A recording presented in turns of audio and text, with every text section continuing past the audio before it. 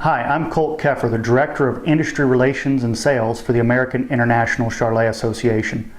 We're on site today at a Charolais breeder's ranch to talk about DNA and its collection methods. DNA technology has been around for a number of years, but it's got more into the spotlight lately with the advancements in the genomics technology. Genomics is the easiest way to add accuracy into your unproven cattle's EPDs. A lot of traditional methods are out there for DNA collection. One such would be hair sampling. However, there's now a $5 charge for that sampling to be processed by the lab. So today we're going to go over a couple methods that are recommended by GeneSeek and the AICA. One thing to remember before we get started is the only way to be included in the evaluation by the AICA is to submit your DNA straight to the GeneSeek lab in Lincoln, Nebraska. Let's get started. Before we start the actual collection of the DNA, there's a couple things you need to remember to do. First of all, make sure you have plenty of DNA sampling devices. Whether it's the All-Flex tagger, you can get that straight from the manufacturer or from many vet supply companies, or the blood cards, which are free of charge. And you can order those when you place your order for your DNA kits. Now, your DNA kit is just a simple sheet of paper that you can get from the registration department for each animal. It has the basic information of the animal and a place to attach the DNA sample. And this is what you'll send in to the GeneSeek laboratory. There are several taggers available from different companies. We chose to go with the All-Flex tagger. It seems to be the most commonly used within the industry. It looks like this, and this is what the tissue samplers, this is the box they will come in. First of all, you will remove the tissue sampler. You will mark the animal identification number on the box. For this instance, it's 8152.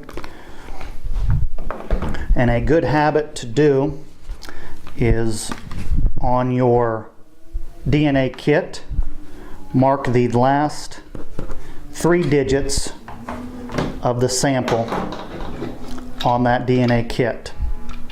So you'll take the sampler, place it in there, click it into place.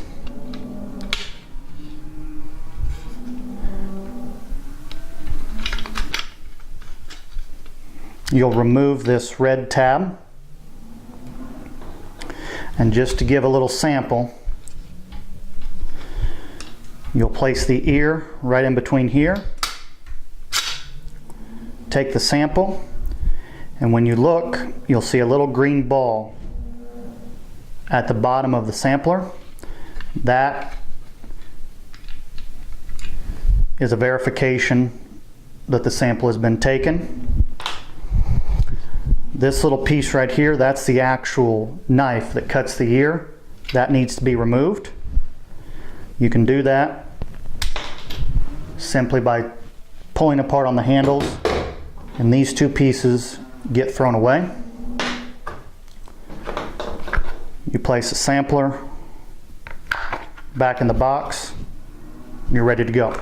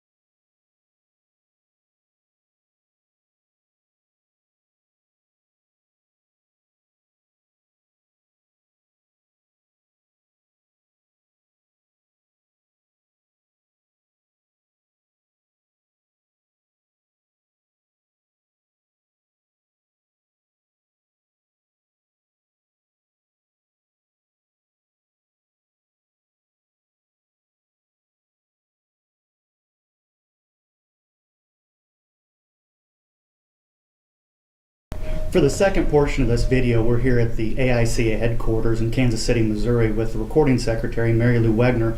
We've got a few questions for her to clear up some things in this video. Mary Lou, when you order the DNA kit from the AICA, what is included in that test? What are some other options, and what are the costs associated with those tests? Right now, AICA is offering just two tests. The Genomics 50K test, which is for our enhanced EPDs. And within that genomics test, you also have parentage. So when you call the office and ask for a DNA test, you're going to get the genomics test, and you'll also get the parentage on the animal that you've sent. The other test that we offer is the horned poll test, and that's a standalone test. It is a $45 test. Your genomics parentage DNA test is $25.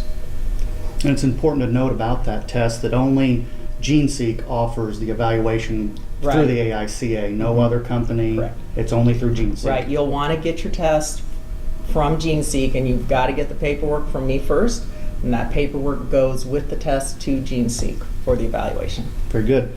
When a breeder turns in the DNA and submits it to GeneSeek, what's the timetable look like for him to get his results back?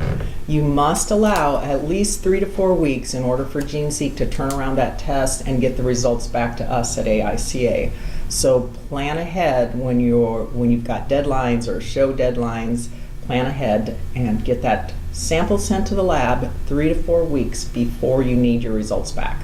And those results will only be reflected when the AICA does an evaluation, correct? Right. We'll get the parentage results back right away, and we can test your animals for different parentage issues. But the actual genomics test is not included in your animal's EPDs until we run the evaluation. And we run that evaluation now 3 different times a year. Very good. Something you hear talk about is bad samples, bad DNA samples. What are some things, some factors that lead to those in the different tests? Right. It's always disappointing when you've waited 3 weeks for your results and you don't get them because the sample was bad, and the lab doesn't notify us that the sample was bad until they've completely run it. So things that can happen in your tail hair sample, you could have dirt or manure mixed in with that sample. That will contaminate the hair follicles, or you don't get the actual root ends pulled. You need to make sure you pull the tail hair so that the little root end bulb is included. Then the lab really prefers blood cards right now, and using blood cards is very simple. It's just a drop of blood on the card.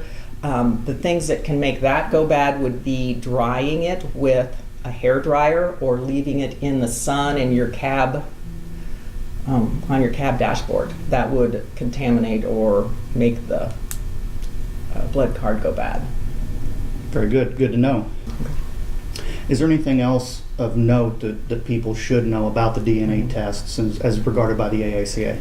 AICA's rules require DNA testing on donor dams and AI bulls. They don't need to be parentage verified, so if your dam and sire of that animal aren't on file, you're okay. But the subject animal, the AI bull and the donor dam, must have a DNA on file before we can use them as a parent.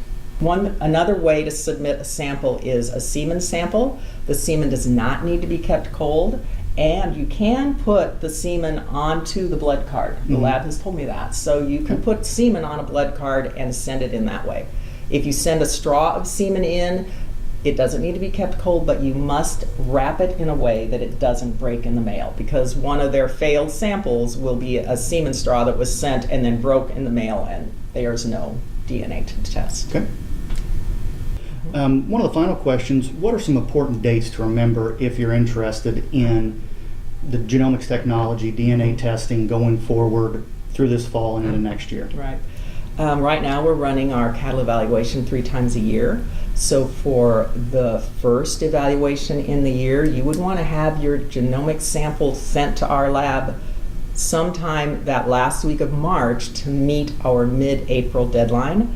And then also then in the summer, you'd want to have your samples to the lab sometime the last week of June to meet the mid-July deadline.